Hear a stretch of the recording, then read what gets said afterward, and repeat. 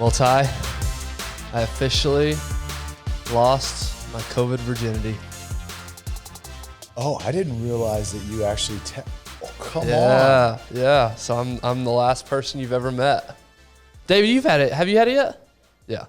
I'm the last person you ever met that had COVID. Yeah. So last Sunday morning, we woke up and recorded our Saturday Suffering, which will come out either this week or next. You guys don't worry about watching it. This one wasn't. Ty's not too happy about it. He had to bow out for old man problems. But we get done with that, and I felt fine. But then slowly throughout the day, I started feeling a little weird, and it's not too abnormal because literally every Saturday Suffering we've had, I felt like the rest of that day, I felt like I had the flu. Yeah. Or something was wrong with me. Yeah. And so I started feeling, just a little like off. Yeah. I was like, well, that's weird, but whatever. So that night, Sunday night, it was all hell broke loose. I slept maybe 30 minutes the entire night, just off and on from freezing cold to burning hot. You sent me a screenshot of that sleep, too. Yeah, my Whoop recovery. Yeah, I'll pull that up here in a second. 1%? It was literally a 1% recovery. I don't think they ever, I didn't know it was supposed to go that low. Do they have a deal where it automatically calls the ambulance if you hit a 1%? Seriously. It's like the Apple Watch. Yeah, Have you been in an accident? Are you okay? Yeah, so I have it up right now. So my recovery was 1%. Oh, my gosh. Let's see. My respiratory rate, which typically I hover mid 14s. Okay. It spiked up to 17.6 that night, which is one of the indicators. My heart rate, my resting heart rate is typically 48, 49. It was 70. Oof. Yeah. For my resting So at least heart your rate. strain was high. Yeah. Yeah, seriously. But I'm talking, it was the weirdest thing. It was hot and cold all night long. And when I say hot, I'm talking radiating heat, like almost hot to the touch, like an oven. Really? It was really bizarre. I haven't had fever in, literally the last time I got sick was 2008. I remember the last time I got sick. I thought you were a machine. There was a while where I was like, this dude, he's not real. I've been very fortunate with sickness. I've gotten food poisoning a couple times, but literally the last time I was actually sick, had to go to the doctor, and I didn't go to the doctor for this, but it was 2008. Dang. So anyway, all night long spent doing that, and then Monday I was shot. Yeah. Like I was in and out of consciousness all day long, feverish, and then it finally broke Monday evening, and then Tuesday, each day started getting a little bit. But yesterday was literally the first day where I felt normal. Dang. Like 100% normal. I was still able to function. I still went through somewhat normal. Yeah. But yeah, yesterday was the first day I actually felt good. So what was that like for you? Because you're not someone that can sit and do nothing at all, like me. It was, it was so Monday, Tuesday, because there's times, and I'm just going to be 100% honest. I'm just going to put it out there. There's times that I'm kind of like, it'd be nice if I got like really sick and just like laid in bed for 3 days. Like, yeah. But then you get there and you're like, this is freaking horrible. miserable. Yeah. Like I would rather have a super loaded schedule, be stressed out than how I feel right now. No, I totally agree. The thought was, man, I can't wait to get back to normal. Yeah. I've been normal for so long. I can't wait to get back to it. The other thing, I made this comment to my wife yesterday was how many, literally hundreds of times I've had to fight the thought in my head of, I don't feel like doing whatever. Yeah. I don't feel like doing this, but I got to do it anyway. Yeah. There was that constant fight over and over. I don't feel like playing with Cooper out in the backyard. This was Thursday, Friday, whenever I could. Better. Yeah. I don't feel like doing it, but I do it anyway. I don't feel like doing laundry, but I do it anyway. It gave me, honestly, sounds dumb, but it gave me a perspective of, I kind of understand when people say they don't have time to work out or they don't feel like working out. Like I get it now because I didn't feel like doing anything for a whole week. Pretty much. Even though I was healthy, I didn't feel like doing anything. So I get in my mind now, like, okay, I can see how you listen to that voice and just keep doing what you're doing. I would take it different. I would take it when I feel like that, which I'm like you. I'm pretty lucky. Like my whole house, I feel like someone has been sick in my house for the last 3 weeks. Yeah, that's how our house has been. First, it was my youngest son, and then it was my daughter, and then it was my wife, and then it was everyone, and it was like. But when I feel that way, it gives me a perspective like I don't understand how people don't feel like it. Yeah, because it's like you get to like it like you said, like I just want to get back to normal. Like you take feeling normal for granted. And then it's just God's way of reminding you, like, hey, you could feel a whole lot worse. So there's no reason that you shouldn't get up and go do X, Y, and Z. Yeah, I guess my perspective on it was all my health markers were normal. Yeah. So I was fine.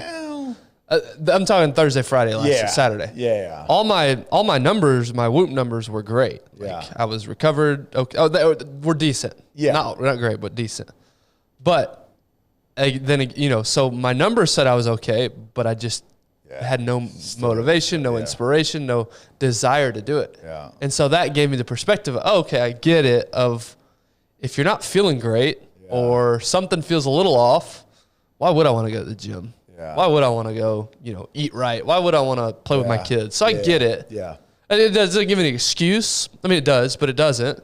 You still got to push past that, or you still got to shut that bitch voice off. But at the same time, it was a good little reset of, man, I feel good 99% of the time. Yeah. So, of course, I can execute when I feel good. But can I execute when I don't feel my best, when I don't feel great? And that's what, there was constant little lessons throughout the week of, I don't feel like doing this, but I got to do it anyway because it's got to get done. Who else is going to do it if I don't? So it was, again, not to turn a sickness into a life lesson, but in some ways it was. So, and I never actually tested for COVID. So my wife ended up going down. So my boys were sick first 2 weeks ago. Yeah. And then we got it. I caught it Sunday. I was down bad for a few days. And then starting Thursday is when she started feeling bad. But your boys didn't test positive for it. No, they both tested negative. She tested positive is how I assume I had it, is why I assume I had it. So I didn't test positive because I didn't test. Yeah. But I assume I had it because I had the exact same symptoms she did.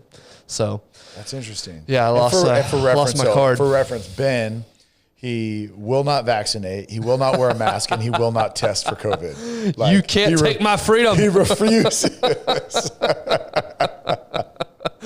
You will not take my freedom. No. But anyway, so it was just, it was a good week. I'm glad you're back. Yeah. I still have the drainage and stuff, as you can probably hear my voice, but I feel fine. It's an upgrade. Yeah. So for sure. It's yeah, for sure. So anyway, I'm back on the mend, back training, back to normal life, hopefully here shortly. So, not what we're going to talk about today. All right. What we are going to talk about today is probably the number one question I get in regards to nutrition on a day-to-day basis, just from individuals, is about protein. Yeah. What is it? What does it do? Why do I need it? How much of it do I need? All those types of questions. It's amazing to me still, and I always say this, but again, I've lived in this life for 15 years, but it still amazes me how little most people know. Right. I was at getting my haircut the other day, and these ladies were sitting there, my haircut lady and the one next. No, this is a couple weeks ago. And they were talking about potatoes and why you shouldn't eat potatoes and how bad the potatoes are. Yeah, they're like, I heard you're not supposed to eat potatoes. And they were talking about how bad it is and carbs. And it just reminded me how little most people know about nutrition. Yeah. And how it's easy to get sucked into, the misinformation out there about nutrition. Yeah. And so I wanted to spend a little bit of time today going over protein, why it's important, the 6 reasons you should consume. Before you get into that, I want to stay on this misinformation. Just another tangent deal. Yeah. So we are definitely a culture that we just regurgitate information, right? And we had a guest on last week that I believe is highly educated. He provided sources, the things that he spoke on that I did have some background information on. He was on point. But I thought about this last night at dinner is we just regurgitate information a lot. Like I was talking about solar flares. Remember we were talking about solar flares last week and what that electromagnetic burst or whatever you call when it hit in the late 1800s. I'm like regurgitating this stuff like I know what I'm talking about. I have no clue. I heard one dude talk about it one time, right? And I was like, and I had to like preface. I was like, okay, hold on. All of that I just heard from a guy. I have not confirmed. I have not researched. I have not done any of that. But like so often we do that. And when it comes to nutrition, this is the number one like sector that people just spread nonsense, right? So my question is on this misinformation is, who are these people that start it and why? Yeah. Like, do you think that it's malicious? Like when someone says red meats are terrible for you, okay, like you may see some study, but like if you actually look into it before you make some comment about red meat, like let's go look at some studies. Does it really truly increase risk of cancer? Like, because that's the big thing, right? Oh, you're going to get colon cancer. You're going to get this. Well, when you look at the studies that are taking into account the overall diet of those individuals that are getting it, is red meat really the source? Right. So people just generalize. And then the potato example you just brought up, who is throwing out, okay, don't eat potatoes with sour cream and cheese and bacon and butter and a crazy amount of salt and all these things that like we like our potatoes. Right. Like it's not the potato that's the bad part. Yeah. It's the 1,300 calories of extra like toppings that you put on it. Yeah. Like that's the issue. Yeah. My question is like, at the sources, do you think people really think that they're doing good, or do you think that they're just trying to create a splash? I think it's a mixed mash of a lot of things. I think a lot of studies, you got to be careful because who are they funded by? Right. So people, despite their scientific credentials, they have their biases, they have their motives, they have what they're trying to push. Yeah. So what company is funding the study? That's one thing you look at. Yeah. You know, the whole meat craze. Yeah. You know, the American Heart Association was big on, limiting red meat. So why would they be behind it? Now, is the American Heart Association, was there malice there? I don't know. Yeah. Maybe there wasn't, but when they start spitting out information, they seem like a credible source. I think it's a combination of, and Dr. Lane Norton talks about this. There's a lot of established principles in nutrition at this point. Yeah. So if you hear something that sounds crazy, like the guy that talks about vegetables are trying to kill you. Yeah. Have you heard that guy? No. Paul Saladino, I think he's a carnivore. He's a carnivore guy. Yeah. He's carnivore. He's just straight meat only. Okay. And so somebody like that, you think, okay, well, he's just trying to make a name for himself. He's got to say something outrageous to stand out and be unique and different so that he can generate a business from it. And I don't know him at all. I don't know if that's his motive, but that's the thing is it's not sexy to say eat vegetables, fruit, lean meats. I can't really generate a lot of profit doing that. Yeah, because the FDA did that in the 80s. Right. Because that's pretty well established. Most people know. So now I've got to start saying crazy, wild stuff to stand out and be unique and different. Yeah. So that's why nutrition is, and then you have people that are saying wild and crazy stuff, building these big followings. And now me as a unknowing consumer, oh, he's got 300,000 followers. He must know what he's talking about. Right. 300,000 people are following him. Yeah. And so if you don't study this stuff, if you don't know it, if you don't live it and breathe it, it's hard to understand what's true and what's untrue. Yeah. So I think there's a lot going. I don't think it's one answer. I don't think it's one thing. Just like a lot of things, I think there's nuance to it. Yeah. You just got to be careful with how long has the person been doing. Did they come out of nowhere? That's another thing I look for. Is this person just all of a sudden? Yeah. Or have they been doing this for 25 years, 30 Liver years? King. Liver King, right? Does he have a marketing agency behind him? Literally. If you've fallen for Liver King, punch yourself in the face. What's his name? Brian Johnson? I don't know. He said, I am a... I heard an interview the other day. It was Caleb Presley, the Barstool guy. Yeah, okay, I saw a small. He said, "Are you a what's the word when are you a cannibal?" He said, "Yeah, I am a cannibal. I ate Brian Johnson. Brian Johnson is gone. That's the old me, and now it's the new me, the Liver King."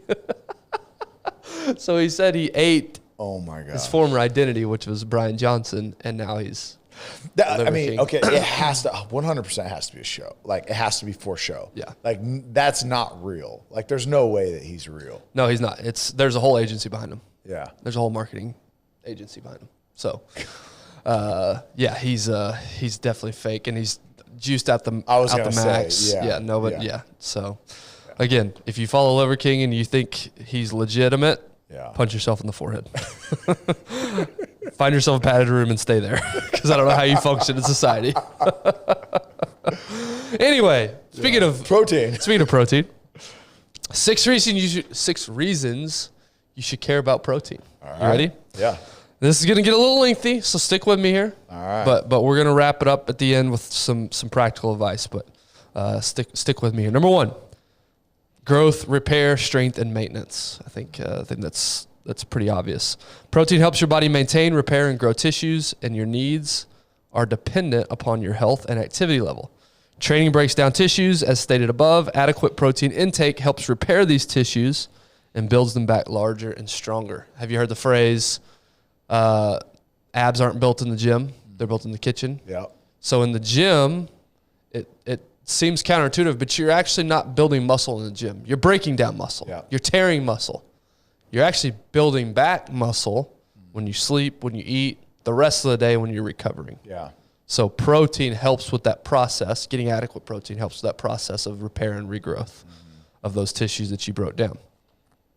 Number 2, causes biochemical reactions. Enzymes are proteins that aid thousands of chemical reactions that take place in the body. Bodily functions that depend on enzymes include digestion, energy production, blood clotting, muscle contraction. A lack of improper function of these enzymes can result in illness and disease. So protein literally helps digestion, literally helps energy production, literally helps blood clotting, muscle contraction. All these different bodily functions are driven by protein.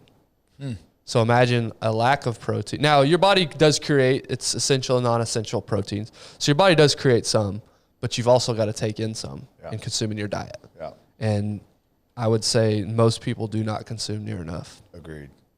Number 3, acts as a messenger. Just a second, I gotta get some water here. Some proteins are hormones, which are chemical messengers that aid communication between your cells, tissues, and organs.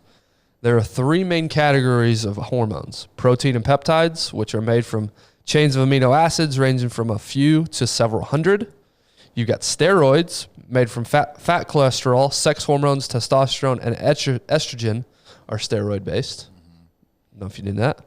And then amines, however you say that, made from tryptophan and tyrosine, which help make hormones related to sleep and metabolism. That's why I always talk about turkey. It has a lot of tryptophan in it. Yep. That's why you always take your post-Thanksgiving nap. Yep. And then protein and polypeptides make up most of your body's hormones.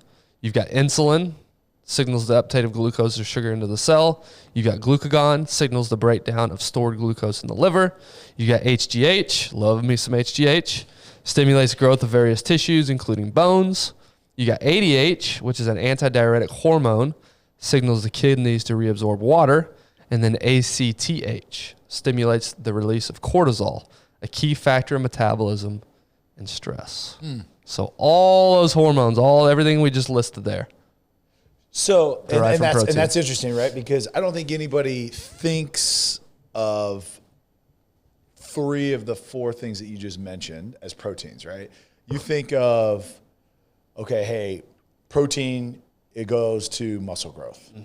Like, yeah, that's typically what you think of. All of the systems and amino acids and cells and how much protein. Literally every function in the body is driven by protein. Yeah. Now it's everyone. It's a part of the system. It's not the whole system. Right. But again, that's a great reminder, because you forget about all that. Yeah. You forget about how important it is, like, to cognitive ability. There's so many things that, like, protein isn't just to get you bigger biceps and bigger traps. Yeah. Right. It's from a molecular functioning, like, it's essential. So you dorks out there that think this is all for meatheads. Yeah. You're missing out. Yeah.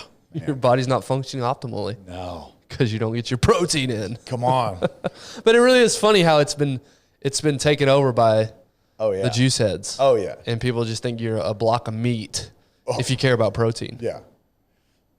No, I care about my insulin, my glucagon, my HGH, my ADH, and my ACTH. Yeah. So screw you. Number 4, provide structure. Some proteins are fibrous and provide cells and tissues with stiffness and rigidity. 3 of these proteins include keratin, a protein found in your skin, hair, and nails. So your wife knows all about this? She does. Yep. She supplements keratin. There you go. Yep. Collagen, which is getting also all the rage lately. Yeah. Thanks to Jennifer Aniston. Most abundant protein in your body and is the structural protein of your bones, tendons, ligaments, and skin. Interesting. Yep. And then largest organ in your body. Go. Say that again. Largest organ in your body. My body or most people's body? Everybody's. Largest organ. Largest organ. Good question. The large intestine. Your skin. Boom. Oh. Your skin. Come on. Look at you. Look at you teaching. Love it. And number 3, elastin. Allows many tissues in the body to return their original shape after stretching and contracting, such as the uterus, lungs, and arteries. So even your lungs filling with air and deflating with air is caused by protein. You're laughing at something, so let's hear it. I can't say it on the air. Okay. Elasticity. Never mind. I think I know where you're going. Move forward. Yeah, but we're going to move forward. Number 5. Problem my wife doesn't have. Number 5 reason you should care about protein. It boosts immune health. Bolsters immune health. Proteins form antibodies to protect your body from foreign invaders, such as disease-causing bacteria and viruses. Doesn't mean you're going to be 100% immune, obviously. Yeah. Right. But it plays a big part in your disease fighting. And then lastly, number 6, it transports and stores nutrients. Transport proteins carry nutrients like vitamins, minerals, blood sugar, cholesterol, and oxygen into, out of, and within various cells of the body. And that's one thing is like, yeah, you may be very, very health conscious and you may like supplement vitamins, you may do all this. But if you don't have the foundation to move those nutrients and vitamins, again, a lot of that just flushes out of you. You just pee it out. So again, the uses and needs of protein within your diet are essential because of all the other functions that it plays other than just rebuilding muscle. That's right. So those 6 reasons, that's why you should care. Literally everything, like we talked about, everything in the body is touched some way, somehow, whether a bit large or small, through protein. So what are some good sources of protein? How do we take this information? Oh, that was cool. Now I know I got my next party trick. I can, trivia game. But practically speaking, what is a good source? Where do I find it? How much of it do I need? And again, obviously, this is going to be individual specific.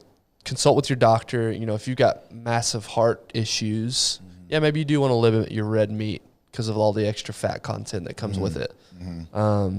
So definitely consult with your doctor, consult with your nutrition. But just in general, some good sources: meat and poultry, grass-fed, grass-finished beef, chicken, elk, bison, turkey, pork in limited quantities. You're getting about 25 grams of protein in a palm-sized portion of each one of those that I just listed. So that's a good way to think about it. Yeah. It's hard. Oh, what's 4 ounces? I don't know. Just hold out your palm, cup it a little bit. If you could fit a piece of chicken breast in that palm of your hand, you're going to get about 25 grams in that chicken breast. So now you can go up or down based on your individual needs, which we're going to talk about in a second. Elk and bison, this is something I've gotten into a lot recently. I wish I could go out and hunt it and kill it myself, like a lot of people are able to do. But there's actually this company, and we've got no affiliation with them, but they're called Honest Bison. And it's a group out of, I believe, Washington State is where they do it. And they raise bison and elk, and you can get venison. You can get all these different kinds of meats that you maybe normally wouldn't be able to get. It's one of those at a grocery store directly, and they'll ship it right. Yeah, exactly. They ship it to you with like the dry ice or whatever, and it ships frozen to you. I've loved it. Reasonably priced. I feel like I did some research, and they seem like a cool, American-made type companies. Support local. So, and that's what our guest last week, which that episode will air this coming Monday. That's what he was talking about, was supporting local farmers and, you know, having a good relationship. So I don't know any bison farmers here locally. So locally, yeah. Yeah. So I guess they're the next. But anyway, maybe you live in a part of the country where you can get this stuff. You can access it pretty easily. The store stuff. I was going to say there's just something to know where the meat comes from, and obviously not everybody can know a rancher and know exactly how they're raising their livestock, but it helps, right? If you have that opportunity, as opposed to just going and buying in bulk, which it may say grass-fed, it may say this, it may say that, but you know, that meat has traded hands probably 10 times. Yep.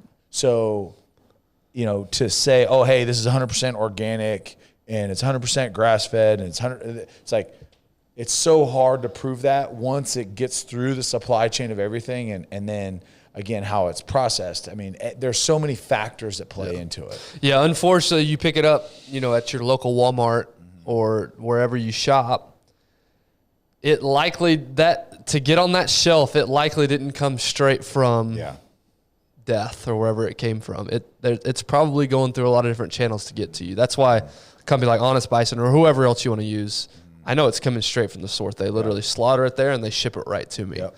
So there's not a lot of changing hands. So again, I know that's not practical for everybody, but the more people you can cut out of the middle from cow to my plate, the better. Yeah. If you hunt, awesome. Yep. Go do that. Go source your meat that way. If you don't hunt, you're like me and you're in the middle of Texas and you have zero skills, find one of these companies that can ship straight to you. Yep. If you have to shop at a grocery store, like most of us do, you know, like Tyler said, do your best to try to find the grass-finished, grass-fed type beef.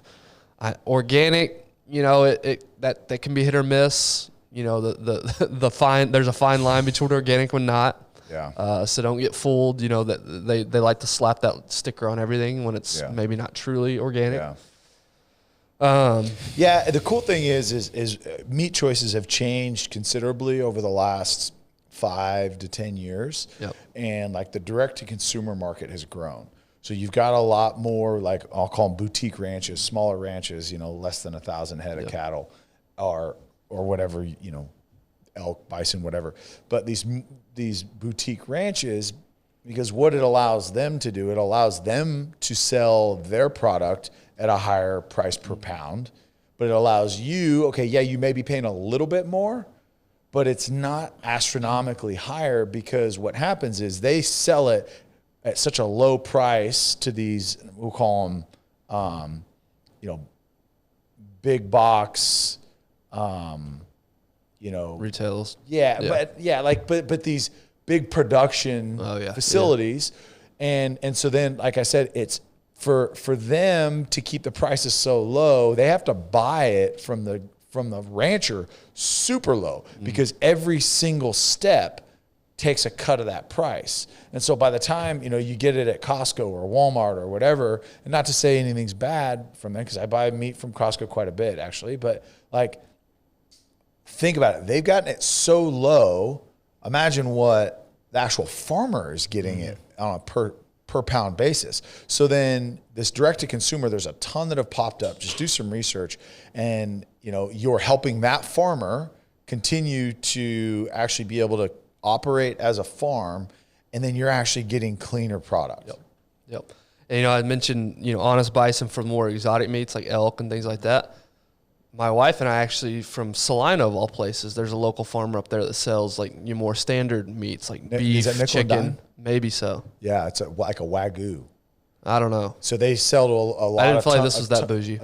No, it's not nice. But it's a Texas Wagyu. Yeah. So their whole farm, there's they do like sausage. Like this place does sausage, chicken, tri-tips. Yeah, they do a whole. Yeah, they do, and they only sell like 1 or 2 days a week to the general public. That's right. Because then they'll ship. They sell a lot to restaurants, and so like local restaurants, which is really kind of a cool deal. That is that group because they that's what they started. Yeah. And they opened up to the general public during COVID. Yep. And so my wife and I ordered, and it's just great. She gets this massive box of just all this variety of stuff that you order. Yep. And again, it might be a little more expensive. I don't remember exactly. It's a little bit, but I know where it's coming from. It's literally coming from a few miles away from me. Yep. And I'm not having to go pick it up on a store shelf. That's right. So you can find it if you look for it these days. Yeah. And again, for me, I try to look for leaner cuts just because I am conscious. I try to get my fats in other ways. Yeah. I don't want a bunch of just excess fat in the meat that I consume. Yeah. So again, it's chicken breast over chicken thighs,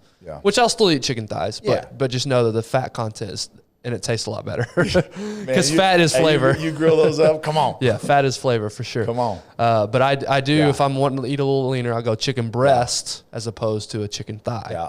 I'll go, 93.7 on my ground beef as opposed to 85.15. Yeah. So it's just reading food labels. It's it takes a little bit of extra effort to educate yourself, but not much. Yeah. And when you're talking about your long-term health, it's worth. And that's what it is, right? Is I think on the short term, like doing like a not as lean of a ground meat, right? It's not going to be a crazy immediate, but all that is just, okay, it's a little bit more fat, which in turn is a little bit more cholesterol, which is a little bit more like the continual habits over a long time. That's where it really starts to add up. But look, if you're going to choose between, hey, I'm going to go get an 85-15 ratio ground beef versus going to Whataburger to go get burgers and fries, pick the ground meat. Yeah, for sure. Trust me. Yeah.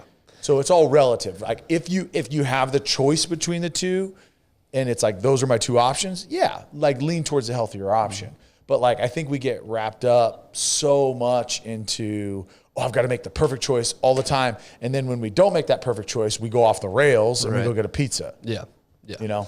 No, I've always said this. 80% of the time I'm making good, balanced choices. Yep. And then 20% of the time I'm saying screw it. Now, there's been a time in my life where I was unbelievably strict. Yeah. And that's unhealthy in its own way. Yeah. Because I would eat for lunch every single day. Didn't matter the day. It was chicken, broccoli, and rice. Yeah. And that was all I would ever eat for lunch every single day because I thought, this is healthy for me. And it was. Yeah. But think about all the other nutrients I'm missing out by eating the same thing every single day. Yeah. So I'm not as strict as I used to be. I'm still more strict than most. But that's to your point. Just because you can't make the 100% best healthy choice that day doesn't mean your entire day's shot your entire diet's shot. That's right. But anyway, lean cuts of meat. Fish is obviously a good resource. Now here in Dallas, it's a little tougher to find than maybe other places. Not tougher to find, but it's not going to be as high quality as other places. Yeah. But you can still find it. Dairy, you got, unless you're obviously allergic to dairy, but you got your milk, cottage cheese, Greek yogurt. One of my favorite snacks of all time is low fat or no fat Greek yogurt, plain Greek yogurt, and then I'll scoop put a scoop of flavored protein powder and then mix it up. And it's like a pudding or a yogurt, a flavored yogurt. Yeah. See, I'm a big fan. Same deal as I'll do cottage cheese. Yep. And then a big scoop of like lean, low sugar Greek yogurt, and then fresh fruit. Like I'll do like strawberries or depending on the day. Like I love frozen mangoes is kind of my thing, but yeah, like doing a fresh fruit, cottage cheese, Greek yogurt. That's like my go-to. That's awesome. That's like my dessert. Yeah. When I don't do ice cream. Yeah. Right. Exactly. Like low fat, high protein. Like the yogurt that I'm talking about, it's like 50 grams of protein. Yeah. Just in one little bowl, one little pop, because you got your 25-gram scoop of whatever protein you use, and then you got your Greek yogurt. Eggs, legumes, beans, nuts, and then supplements, obviously. Yeah. So let's talk about that, right? Let's talk about digestion on protein, and it may not be on that, but like one of the it's not, and you speak to what you want there because it's good. Yeah. So one of the things that has been is how much protein do you need to consume, and then how much protein do you actually digest? Because there's a lot out there that says, okay, hey, you can smash 40 grams of protein, but your body can only digest so much at a time. And the numbers that I have, again, this is totally uneducated, and I wish that I actually had the scientific you're doing what we were talking about earlier. You're regurgitating. And this is what I'm asking you, because you're the expert, is they say like 40 grams of protein every 2 hours is kind of what your body can. Yeah. I'm going to be honest. I haven't done the research on that. Okay. I don't know. All I know is just trying to trap you. Yeah. No, what I've just stuck it to surface level wise is what my body doesn't consume or use or need. I'll pee it out or poop it out. Proteins, you're going to poop it out. Yeah. So it's that's as far as I've gotten into that discussion. Okay. Thanks. Because I'm a bigger. Thanks for not helping. Yeah. Because I'm a bigger guy, I need more protein to function and to repair and do all that stuff. And that's what I want to talk about last here is how much do you need? Yeah. So all those sources are great. That's awesome. But how much do you really need? An active individual really should be consuming 0.8 to 1 gram per pound of body weight. So to make it easy, a 200-pound male should be consuming anywhere from 160 grams to 200 grams of protein per day.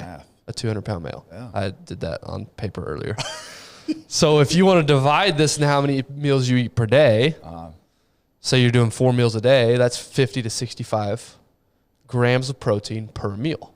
So if I eat 4 times, I get 50 grams. So going back to what we were talking about earlier, a palm full of chicken is about 25 grams. Yeah.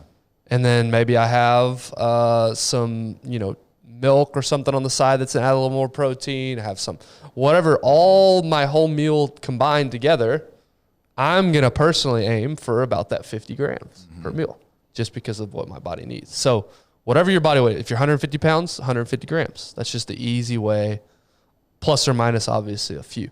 I bet you most people, if you polled most people or really actually looked what they ate, they're getting about half the protein they need. I was just going to say, I know how deficient I am in proteins. I know that I don't. It's hard for me to, I think I'm 235 pounds as of this morning. It's hard for me to get 235 grams. Yeah. That's a lot of food. Yeah. So supplements are big for me. Protein supplements, obviously, you got your Jocko Fuel, which is very low sugar, high protein. I think it's 22 grams per scoop, something like that. So that's an easy way. 22 grams just right there. Pop, boom, done. But whatever protein supplement that you like. Yeah. And I've been consuming protein powder for 20 years now. They are totally healthy. They're totally fine. As long as there's not a ton of sugar and crap in it, which again, the Jocko Fuel does not have all that in there. But there's a lot of great brands. Bear Performance is a good one. First Form is another good one. Yeah. There's a lot of good protein brands out there. Really, it comes down to taste. Yeah. What do you like the taste of? Yeah. Because at this point in 2022, most people have figured out, hey, let's not put a bunch of junk in our protein powder. Yeah. Let's make it actually good for people. Yeah. So it really comes down to the taste. What do you like consuming is what I tell most people. Yeah. But that's just an easy way for me to supplement 50 grams per day. Yeah. I can find a way to get, 175 other ways through my diet. It's that little extra piece. Well, but that's in some intentionality. Yeah. Oh, for sure. Because think of how many meals, like protein is like a small portion of that meal. Like we're at lunch. Yeah, you may throw like a piece of salmon on your salad, or you may throw a chicken on your salad. But here you go, 20 grams of protein when you really should be at. That's why I always double my chicken. Yes. But again, it gets expensive. Rich, can't hide money, Ben. It does get expensive. Can't hide money. But yeah, there's like Greek yogurt's not that expensive. Cottage cheese not that expensive. They're good sources of protein. Yeah. Black beans of all things are a great source of protein. I think there's like 8 grams of protein per serving. Dang. And it's not that serving's not that big. Yeah. So there's ways. It's not straight just from meat that most people think about. There's other ways to implement protein sources into your diet. It's just like you said, it takes intentionality, it takes some research, it takes some time. And if you're an active individual, if you're working out, like hopefully that you are, if you're listening to this, if you're training hard, you need to be getting that 0.8 to 1 gram per pound of body weight. All right, I'm gonna ask you another question. You're probably not gonna answer. I hope I don't know the answer. I hope I leave you hanging. The bro methodology is, all right, I get a workout in, I need to go get my protein within 20 minutes, my anabolic window. No. When that's been debunked. If you are, multiple times. Yeah. Yes. But when should you be consuming? Is there times that you should be supplementing more protein other than, or it's just throughout the day? It's just throughout the day. If at the end of the day your protein intake is what it's supposed to be, you're going to be fine. Okay. So if you want to do that in one meal, you're a psychopath, or you're trying to make money on Instagram. Yeah. You can do that, or if you want to break it up into 6 meals. Now, 6 meals, that's a lot of time digesting food. That's another bro science myth of the more meals, the better, and it's like a cow grazing. Yeah, your stomach's constant. Right, you're constantly under stress when you're digesting food that much. Yeah. So I eat 3 times a day. Yeah. That's it. Okay. Maybe 4, like a snack somewhere in there. Yeah. But I try to just go breakfast, lunch, dinner. And fit all of my meals into breakfast. That way I'm not digesting food all day long. Yeah. I'm actually getting hungry again. Yeah. It's just less stressful in the body. Yeah. So to answer your question, as long as at the end of the day that number is that 200 or whatever your body weight is, you're going to be just fine. Right. When you start, trying to time it and do all that, maybe you're making a little bit of a difference, but we're talking such a minimal difference. It's not worth the headache to me. So it's good, man. It honestly came at a timely. This conversation came at a very good time for me, just because, one, my diet for the past month has just been terrible. Not good. But the number one is this weekend, there was 3 meals. I was I didn't get any protein in that meal. Yeah. And well, what'd you eat? I mean, a little bit of protein. I ate terrible this weekend. What'd you eat? Give me a sample. All right, let's see. So Friday was homecoming, which was kind of a crazy day, but let's see here. Breakfast, we had waffles. You're right, not a lot of protein. No. There's some peanut butter. What is it? Was it the? Oh, bro, they were bad. Was it the? It wasn't the. What's the protein? Oh yeah, Kodiak cakes. Kodiak. They weren't Kodiak cakes. No. They were Eggo. Yeah, they were Eggo. You introduced me to those. They're good. 3 or 4 years ago. Well, pancakes. We do the protein pancakes a lot. We do those, and those are phenomenal. Yeah. My boys just had them last night. It's a little breakfast for dinner. Yeah. Oh yeah. All right, I like it. When I have nothing else for them, I'm just throw a freaking pancake on there. And they love it. Throw a chocolate chip or 2 in it. Yeah, they love it. It's a. And then let's see, lunch. Gosh, you're asking me to remember.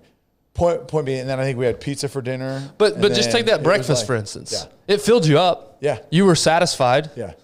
But you got very little nutritional value out of that. So we're able to sustain life by eating this shitty food. Yeah. And it tricks us into thinking, we're good because we're full. Yeah. And we're not hungry anymore. But what did you really get out of that? Yeah. No, I'm with you. Yesterday I had pizza for lunch. Yeah. Because I wanted it. It tastes good. Yeah. Now, pizza, surprisingly, it's got a lot of extra stuff in it too. Yeah. But you go eat half a pizza, dude, you're getting 50, 60 grams of protein in that pizza. Just all the cheese, everything in there, all the meat that you're putting on top of it. Yeah. There's actually a lot of protein. Now you're getting a lot of extra junk in there, calories and fats. Dude, and I feel it too. I felt and immediately, just the whole weekend. And then I went to work out this morning, and it was just it was a power clean day, and it's my favorite day. And I was just I just feel terrible. Yeah. But honestly, though, when my protein count is good, when I'm meeting or even close to the protein that I really should be getting, I eat less of the other stuff, right? The empty calories, because I'm full and I'm satisfied from the protein, and those are nutrients that I actually can use. And now I'm not eating as many of the sweets, as the high carbohydrates, the bad fats and stuff like that, the processed foods. So it's one of those things that, and I was talking to Tiff last night. I was all right, look, this weekend or this week, we need to get back on. We need to cook. I'm out of propane, so it was all right, I don't want to grill. I got to go get back on it. So thank you for bringing this up. You're welcome. It remotivated me. Yeah, that's the other thing about protein. It's satiating. It fills you up. So if you base your meal and that's your pillar, that's your foundation of your meal, that's going to fill you up more. Keep you fuller longer. Yep. Out of a good source of nutrition. I mean, I dare you to tell me that, for lunch today, for instance, if you have a giant salad with 2 pieces of grilled chicken, tell me that's not going to make you feel better the rest of the day, as opposed to some giant fat sandwich and French fries. Like you're just going to feel like sludge. Yeah. So it's getting the protein because of those 6 reasons we talked about. It's supporting your goals, whatever goal, fitness related goals that you're after, and it's going to make you feel better. Yeah. And I don't know, that's a pretty good winning combination to me. Yeah. And I'll tell you, whether you're chasing a fitness goal or just, look, I'm working, family, whatever it is. Being healthy. Just being healthy. Yeah. Not being sick. You're gonna be grateful. So for sure. Anyway. Before we get out of here, I do want to thank our partners, Sleep Number. Number one. They were a lifesaver last week. I bet. Nobody was going to save me from that Monday night or Sunday night of sleep. Yeah. The health effects, defects, whatever, that was just too strong. But the rest of the week when I was just laying in bed sleeping, man, that Sleep Number bed, it was great. I could elevate the top. I was going to say, now you're not just I can elevate my feet. Right? There were so many different variations that I could do to get myself in a comfortable position when I was feeling miserable otherwise. Yeah. So that Sleep Number smart bed, man, you really got to go check them out. I keep seeing Dax commercials on Sundays. I know. We got the new one because we did the podcast last year from the Super Bowl, and we talked a lot about the cancer research that they're doing and the partnership. I saw that one yesterday. And the commercial came out about that, which was really cool. Yep. And again, the research that they're doing, the protocols that are cancer specific associated around sleep, and really taking that on. And Sleep Number, kudos to you for really moving forward. And if you'd like to go back, do we have that one posted? With the CEO and her story, I forget the number, losing her husband. It's just an incredible story. And I would highly recommend you. It's from back in February. Yeah, go back. Shelley Eibach was her name. Yeah, go back and look at Shelley's story or listen to Shelley's story because you'll understand a little bit more why they're doing what they're doing, and they're all in on it. That's right. And then, of course, Choctaw Casino Resort. We're going to be up there T-minus 1 month. 1 month. Yeah, which, when we started announcing this 3 weeks ago, we were a little nervous. Yeah. Because the Cowboys had just lost their first game. Dak was hurt. Yeah. It wasn't looking good for them. Mm-hmm. But we were going to have a good time regardless. Yeah, fast forward. Now the Cowboys are dominating, 4-1. The Packers are okay. Dominating's a little bit strong. Well, they're winning games. Defense they're winning games. Looks solid. And so I say all that to say we're going to be up there November 13th. The Cowboys versus the Packers. We're going to be at the League, which is the sports bar up there. Again, whether you care about football or sports at all, get yourself up there. It is an amazing venue. Tons just to have of a good time. Snacks. Yes, lots of protein up there. Snacks. But just TVs as far as the eye can see, every single sporting event. If you're a sports fan at all, this is the place to go watch. We're going to be up there November 13th hanging out, Darren, Tyler, and myself. Come see us. But even if you don't go up there then, always tons of concerts, always tons of gaming, and even got place for the kids. I mean, it's Disney World in Oklahoma. We had some friends over Saturday night, watch that A&M Alabama game. And we got on and started looking at concerts because they had heard separate from our relationship with Chuck. You mean they don't subscribe and rate 5 stars? Oh man, yeah, we had that conversation. Yeah, don't worry. Good. One subscriber at a time. Hey, every single one of them and every single one of their immediate family members are now subscribers and raters. But we're just talking about how fun of a weekend and we're gonna book something for right after the first of the year to get up because there's a bunch of great concerts up there. Mm-hmm. So again, sports, no sports, gambling, no gambling, whatever you like, you can find it up. That's there. right. They've got something for everybody. That's right. And then lastly, speaking of rating and subscribing and doing all that stuff, hey, help us out if you would. Take 2 seconds, go to the podcast platform app that you're listening to this on, and give us a 5-star review. Yeah. That truly does help us big time reach more people. It helps the application push our podcast a little bit more, helps us widen this community a little bit. It takes 2 seconds. Please go help us out by doing that. We might even, I think we're going to run a little contest. It's just off the cuff. We're gonna talk details here, but I think a case of the Jocko Fuel needs to go to somebody at random who goes and gives us a good review on the podcast platform. Yeah. So from the day that this episode releases. So this is what's today, the 10th? So this episode is live. Yep, today's the 10th. This episode is live on the 12th. Yep. We're going to run this contest through the end of the month. Sound good?